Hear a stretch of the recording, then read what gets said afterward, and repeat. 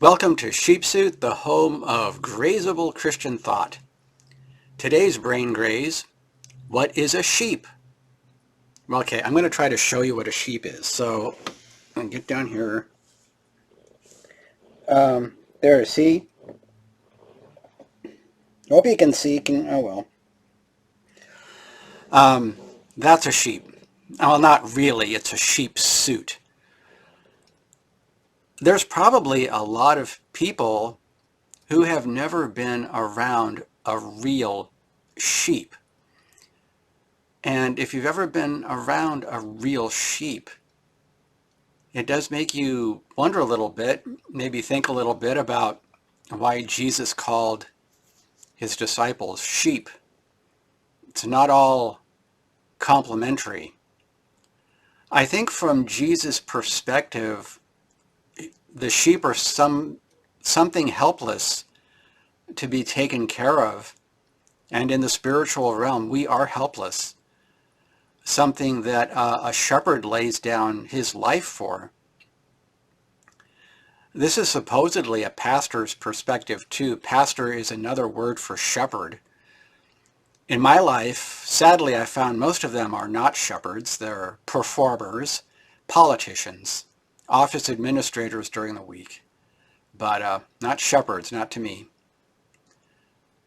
How about from our perspective, us non-professional Christians? What is a sheep? Well, they're not role models. We're not supposed to be sheep. No, the clothing doesn't always make the man. This is theater. I'm not wearing a sheep suit because I actually want to be a sheep. It's just fun. So, I've been around some sheep in my life, briefly, and I've got three very brief sheep stories. First, there was a certain state fair. When I go to state fairs on occasion, and I just like to look at the animals and the livestock and the show chickens and the show guinea pigs and the show cats and the show dogs. And it's fun because I just don't get to be around that stuff very often, and I love seeing the great lengths that people who live out in more rural areas put into raising these fantastic, beautiful animals. But I've noticed, I was standing around when some of the sheep and some of the goats were being let out to being displayed and judged for the sheep show and the goat show, and it seemed like the goats were like dogs. You know, you could just kind of, I don't know if they had collars around them. I think they all had collars around them. You put a collar around it and they just kind of follow. You just say, you know, here goat, and they follow.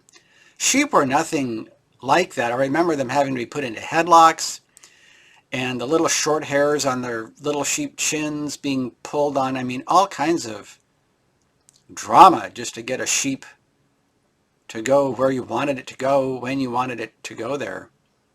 Maybe wonder about, oh, that's why Jesus calls us sheep.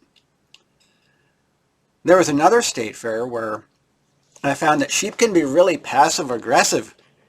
They'll just be standing there like some dumb sheep, and then they will charge at full speed right across their pen and hit the wall really hard, like it would really hurt you if they hit you, if something really annoys them. So they're capable of attacking at a moment's notice. And then there was the time many years ago, I visited Great Britain and I spent a day out at Hadrian's Wall, and I was just walking along the wall going to some of the tourist attractions, and there were these flocks of fluffy white sheep, and they were the cutest sheep I've ever seen. And in the middle of each flock was what looked like an alpha male. And they did not look like they were afraid of anything. In fact, I was on their sheep early warning system. They were watching me as I walked by, and they did not look like they were afraid of anything. So there was all this cuteness, and then there was sheep surveillance. So those are my first-hand sheep stories. But what sheep have in common, it seems, that they don't grow at all during their lives. They grow wool that gets sheared by humans to make money. Worst case, they get killed and eaten, and they're good too. I'm a big fan of Chef Gordon Ramsay, and wow, lamb and sheep they must be awesome to eat. And yeah, don't forget the lamb sauce, that's for sure. But I get sheep, lamb, mutton on occasion. It's not that common where I live, but it's good. I really like it. I'd like it. I don't think I'd like it every day. It'd be like eating anything else every day, but a lamb thing every once in a while, that's pretty good.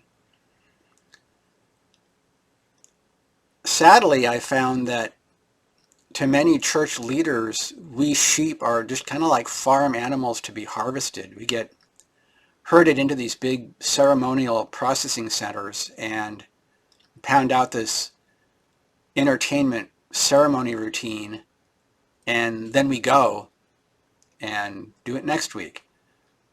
What we are to many of them is a giving unit, a source of money that they count on so they can apply to banks for their loans and buy and build more real estate, bigger theaters for processing more sheep.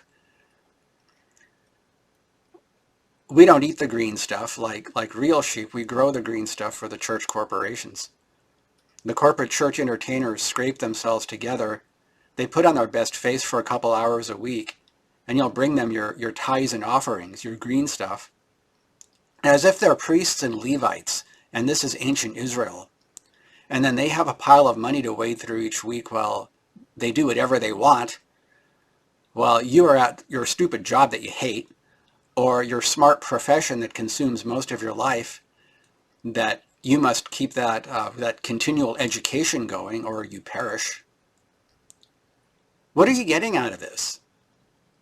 I had to ask myself that sometime. What am I getting out of this? And is it a sin to even ask that question? Why do I think it's a sin to ask that question? Is it because it says in the Bible that it's a sin to commit months or years of time and money to an organization and then wonder, what am I getting out of this? Not like, hey, what am I getting out of this? But I mean like, really, what am I getting out of this? Why am I doing this? And if it's a sin to even wonder that, is it a sin because I read in the Bible that it's a sin, or because I've been conditioned to believe it's a sin? So, in summary, a sheep is a good analogy if it's a way for leaders to look at people they care about. But it's not a good role model for a Christian. Being a sheep is not something to aspire to. That's all for now. Keep the wool out of your eyes.